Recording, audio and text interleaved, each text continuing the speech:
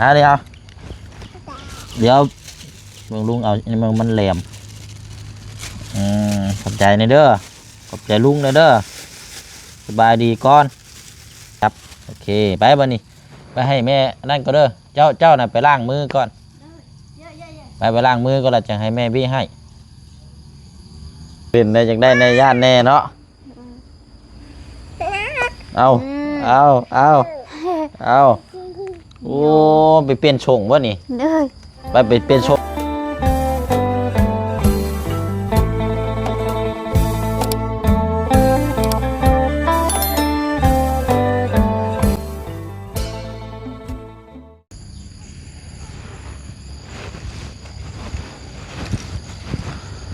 ผ่านไป1 มื้อ1 วันเมื่อวานนี่บ่ได้เข้ามาหาเป็นจังไดเด้เนาะตื่นแล้วบ่ตื่นแล้วบ่ตั้งแต่เอาปิ้งไก่มาฝากมื้อนั้นพี่น้องแล้วก็เมื่อวานนี้บ่ได้เข้ามาเพราะว่าเฮาติดตามเคสของทางแม่น้องเอิงอยู่แล้วก็บวกกับฟ้าฝนอากาศฟ้าฝนตกพี่น้องเนาะมื้อนี้ก็คือสีครึมๆหมอกแต่เช้าๆมื้อนี้ก็พี่น้องเนาะโอ้ยเป็นจังไดเด้เนาะเนาะเอากะรุ่นส้มน้ำการอีกเนาะสำหรับทาง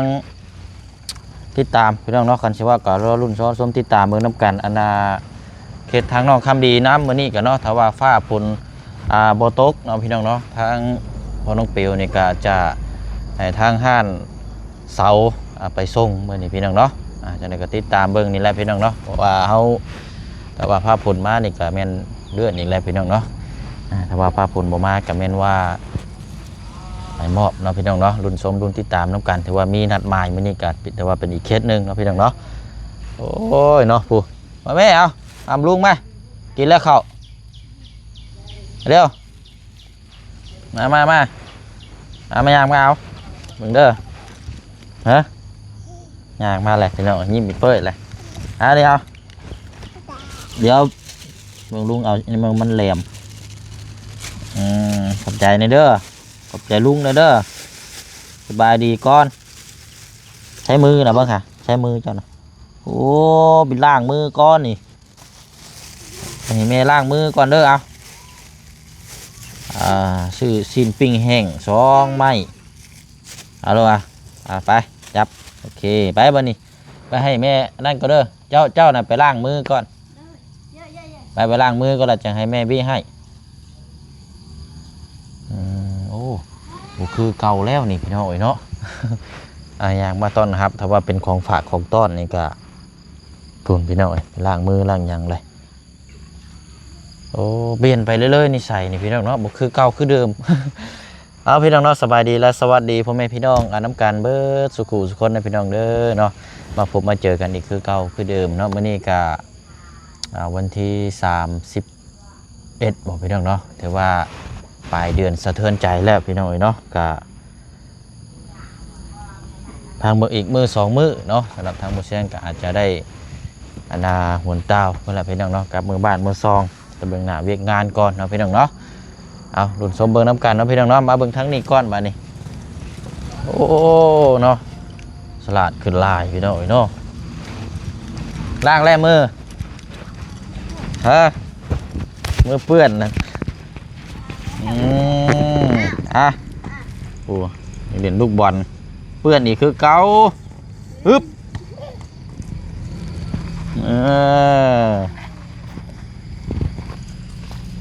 เอาหูจักเตะแล้วบัดนี้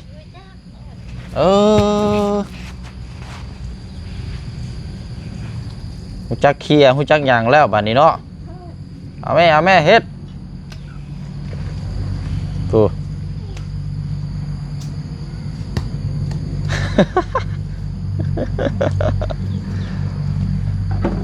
ฮึบเนี่ย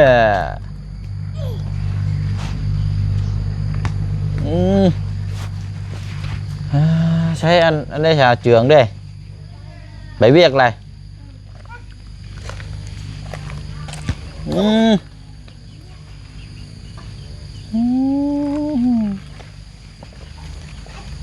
เบียกเด้อเนาะเอ้าอ๋อบ่รู้จักไว้ในห้องน้ำพุ่นเอานอนเนาะเมษาน้อยกัน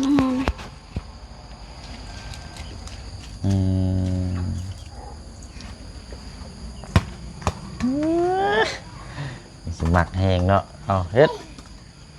ไปหูจักเตะหูจักเคลียร์แล้วก็เริ่มเก่งแล้วนี่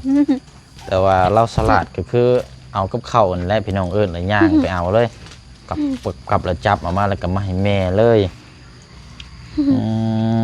สงสัยในช่วงสิกินข้าวแล้วเบิ่งนี่เนาะป้อนแล้วบ่กินแล้วกินแล้วบ่ข้าวเลยหันกันว่าคนบ่อิ่มข้าวนี่เราสิบ่ได้อยากเล่นนะอึ้มลมคุ้ม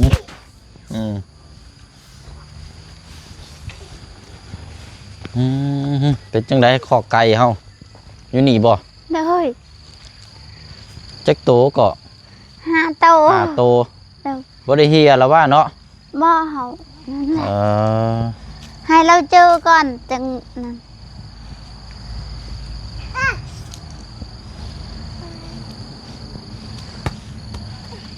เอาไปเอาแม่ยุ่งก็ไปยังกันนะแล้ว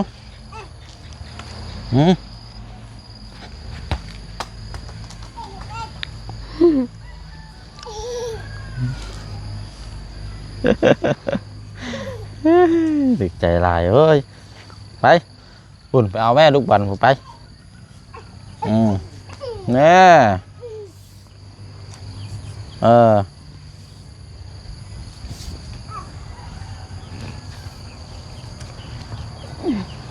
อา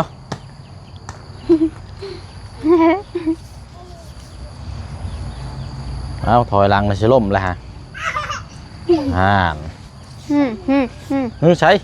ตกจะไปกิ้งไปทั้งไรแหละแน่เฮียแล้ว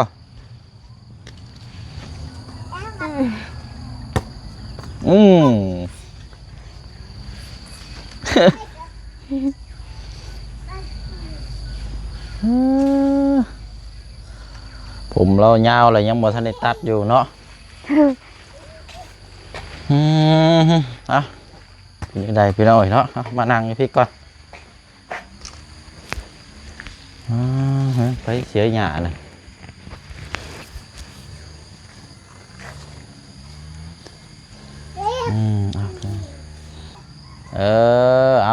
เอาเฮ็ดดึงเตียงมาอย่ามา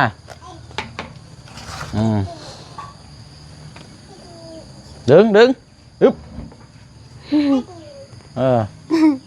ดึงได้บ่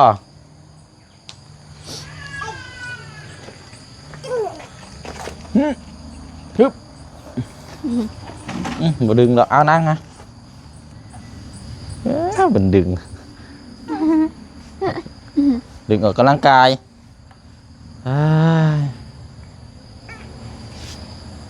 ใช้บริกินบ่กินนี่กับข้าวกินนี่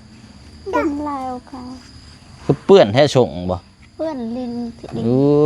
บ่แม่นเหี่ยวใช่นี่บ่เหี่ยวแล้วก็ลิ้น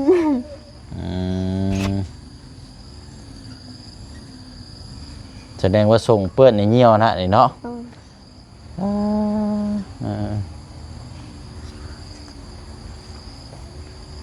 มาเพียมานี่เอานี่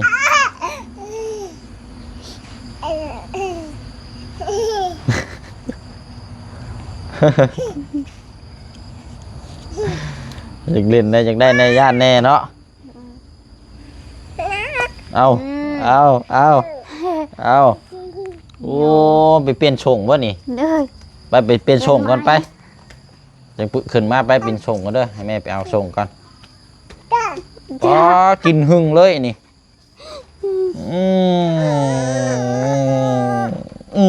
หมิ่นอย่าเพิ่งแม่จะเอาอันนั้นก่อนส่งมาก่อน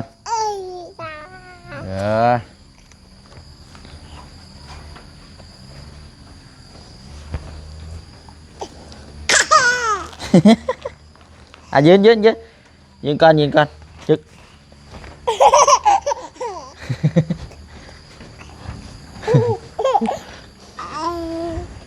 ใช้โชงมานี่เป็นโชงไปเอาย่างมาพุ่นก่อน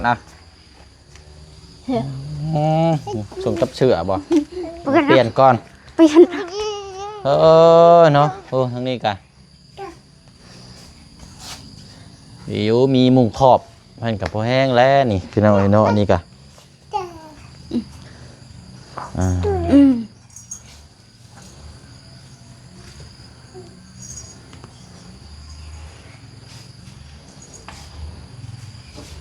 ทำเลยทำเลย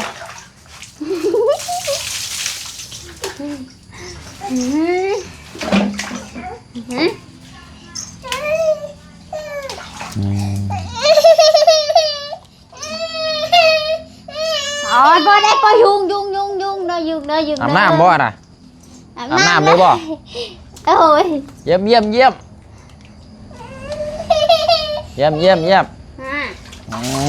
เอาเดี๋ยวจังน้อยเพื่อนอาบน้ำตัวมินเนาะมันคิดว่ากันมาเบิ่งน้ำกัน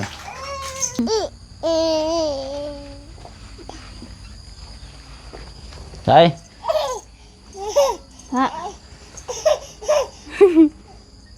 ใช้อาบมาเลยนะบานเฮ็ด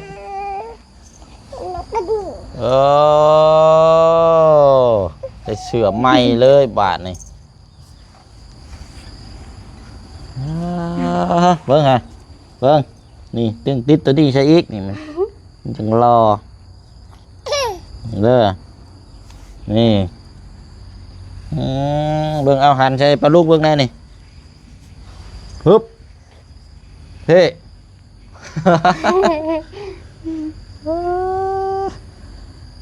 บอกอาบน้ำกินตัวหอมไม่ใช่คืออะไรไปเนาะมีคนอยากอุ้มแล้วนี่โหลดหึงโยนี่งามเลยเนาะมายังฉะนี่ลุกน้ำมาแช่ลงบ่ส่งแล้วบัดใหญ่ทุกตัวเนาะดูใหญ่อย่างเอารถละบัดนะไปเอามาแม่น้องห้างล่มได้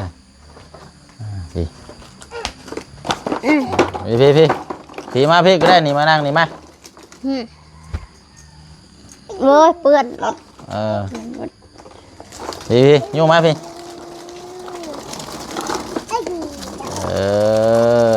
เติมน้ำบ่น้ำมันเติมบ่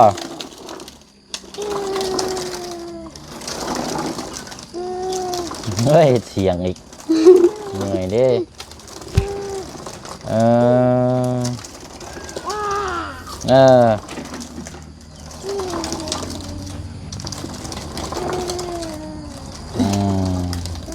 แข้งขามีแต่ตุ่มเนาะโซนลายนี่สิเป็นยุ่งบ่เนาะบ่อะไรยุ่งกัดเลย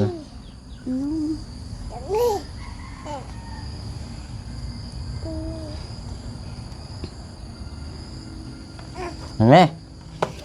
เด็บยุ่ง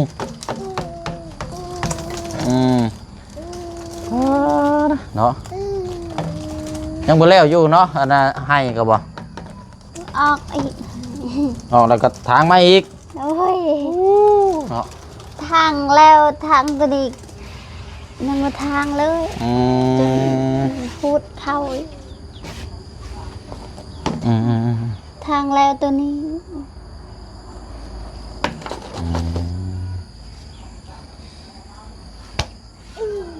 โอ้ยุงนี่ตั้งผลึกดีเนาะมีตัวใหญ่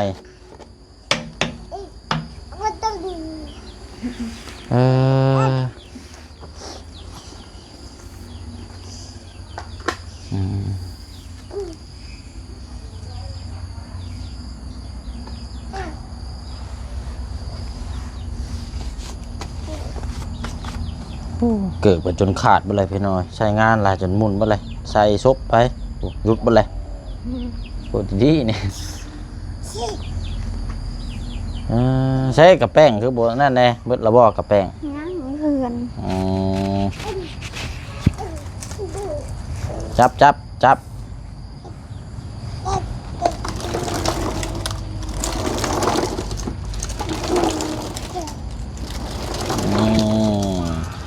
นี่เอาแข้งนี่ทีบนี่นี่บ่ถึงแน่เนาะ บ่เทิง แข้งบ่ถึงเอ้ยนี่คันแข้งถึงนี่นี่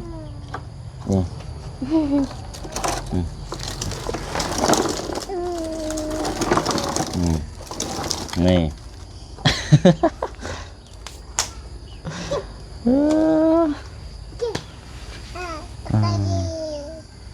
ได้ยังกินข้าวเนาะตอนเช้า กิน ฮะ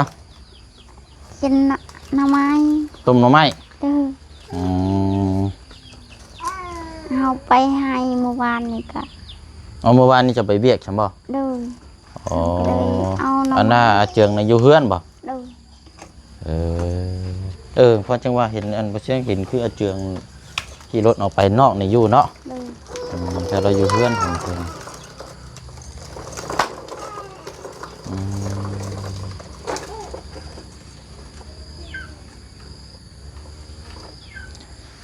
ใหญ่แบบนิสัยก็ไปเรื่อยๆเนาะ เด้อ บ่คือเก่าเลยพี่น้องแต่แกเฮาย่างมานี่เอิ้นเอาเครื่องคองนี่ก็สิบ่ค่อยอันนั้นปานใดอันนี้จับเอาเลยอันนี้บาดนี่จับเอาแบบบ่ได้ย่านเลยแล้วก็ย่างมาให้แม่เฉยว้าย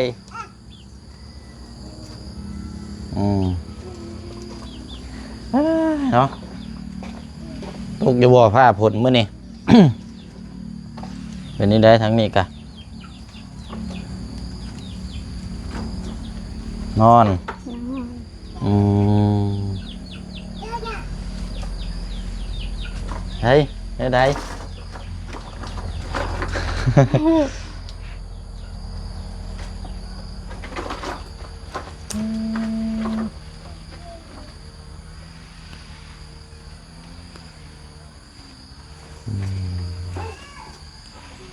โอ้ขนาดยังนั่งตนเว้นชื่อกระยุ่งเนาะดึกดี ยุ่ง ๆอ๋อลอยใส่แขนตับเลยพี่น้องดียุงเลยอืม ลอย เชื่อนี่อันที่อ้ายเอามาให้อันบ่ เด้อ เอองามเนาะแต่ว่ากางเกงนี่บัดใหญ่บ่ ชงนี่ไง ส่งมันใหญ่เนาะ เด้อเฮ้ย อืม เชื่อพอดี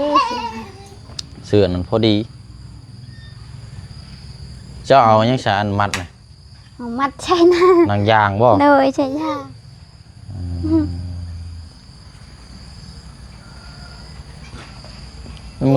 มือวานนี่บ่คือมือก่อนนั่นบ่เชื่อคือเห็นคนมาดิ่นอยู่เฮือนเจ้าบ่ เขาเมื่อวานนี้เขาไปให้ เมื่อวานนี่แหละแม่นละก็เห็นมาย่างมาดิ่นอยู่เฮือนนั่นมันจะผู้ใหญ่หลายคนครับบ่เฮ็ดไปไปนั่งน้ำแม่ไปนั่งน้ำแม่ก่อน เยอะลัก ประมาณ3-4-5 คนผมบ่จักหรือว่าเป็นพี่น้องบ่ พี่น้องทั้งอาเจือง กะเอาว่าเรื่องความปลอดภัยอย่างเงี้ยก็ไว้ก่อนได้เนาะว่ามันเป็นหันเป็นนี่มามันสิยาก เราไปคอมังหุ่งอาเจืองว่าเขาไปให้เมื่อวาน ขอมาหุงอันกกนี่ โดย เอามีหมากอยู่บ่อน มากลายแหละเจืองจึงนั่นต้มตลอดต้มกิน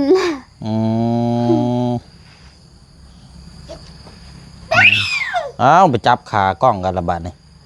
ช่างเป็นแท้ ลัก เนี่ยปิดก่อน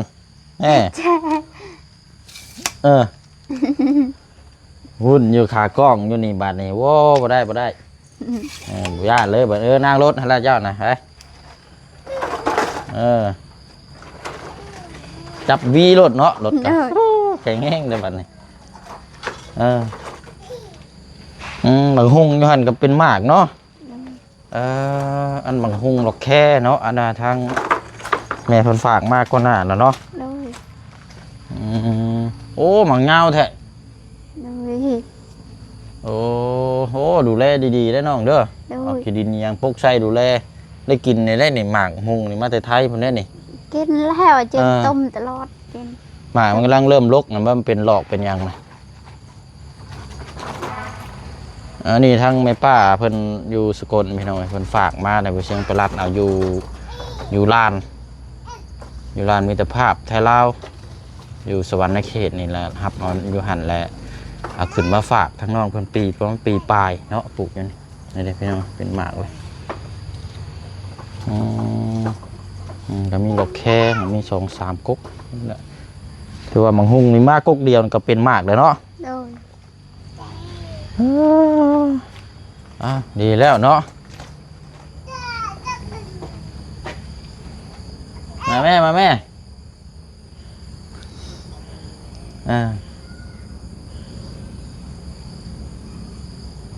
กัดหมักพริกนะฮะโดยกัดหมักพริกนี่ยุ่งอีกแล้วเนาะเอาละกะบ่มียังพี่น้องเนาะมาเยี่ยมมายามมาอัปเดตให้ป้าลุงเบิ่งน้ำการพลักน้อยคือเก่าคือเดิมเนาะเนี่ยบัดนี้ทั้งลุงสิไปเวียกต่ออีกก้อนได้บัดนี้เด้อว่ากันพี่น้องเดี๋ยวมาเยี่ยมยามถามข่าวไหมมาบายก่อนบายลูกบายบายดีอ่ะบายดีบัดหัวเราจักอยู่แล้วเนาะบางทีเนาะแต่ว่ายังบ่ทันได้อันนี้ไปอะไรเด้อน้องเด้อเอาสบายดีจังว่ากันพี่น้อยเนาะไปก่อนอันนี้นี่น้ำขังเลยเนาะต้องหาเนี่ยมากวดเนาะน้ำมันทะลักเข้าไปนะจะเปียกนะจังน้อยเนาะพี่น้องเนาะไปเนาะก็มีแต่ว่าพอจบคลิปล่ำลาอีกคือเก่าคือเดิมพี่น้องเนาะเดี๋ยวจังมาเยี่ยมยามถามข่าวใหม่เนาะพลักนี่แหละพี่น้องเนาะทางกระเจืองกับไปแต่เห็นวิเห็นงานเรากับพี่น้องสลับเมื่อวานนี่เอาดูเปลี่ยนกันกับเมียอยู่เพื่อนมานี่ไปนะพวกนี้อยู่เนาะสวนเวียกให้เอาดีละพี่น้องเนาะไปเนาะลำลากันเด้อพี่น้องเด้อเนาะพบเจอกันในคลิปหน้าเนาะขอบใจขอบบุญขอบคุณปาลุงMCเฮานำกันเบิร์ดสุขุสุคนพี่น้องเนาะที่กดติดตามแล้วก็เป็นกำลังใจให้ตลอดมานะพี่น้องเนาะมีอย่างเพิ่มเติมก็เดี๋ยวเราไปแต่ละเคสแล้วก็เราจะแจ้งอยู่ในเคสนั้นเลยนะพี่น้องเนาะบ๊ายบายเด้อพี่น้องเด้อเนาะสบายดี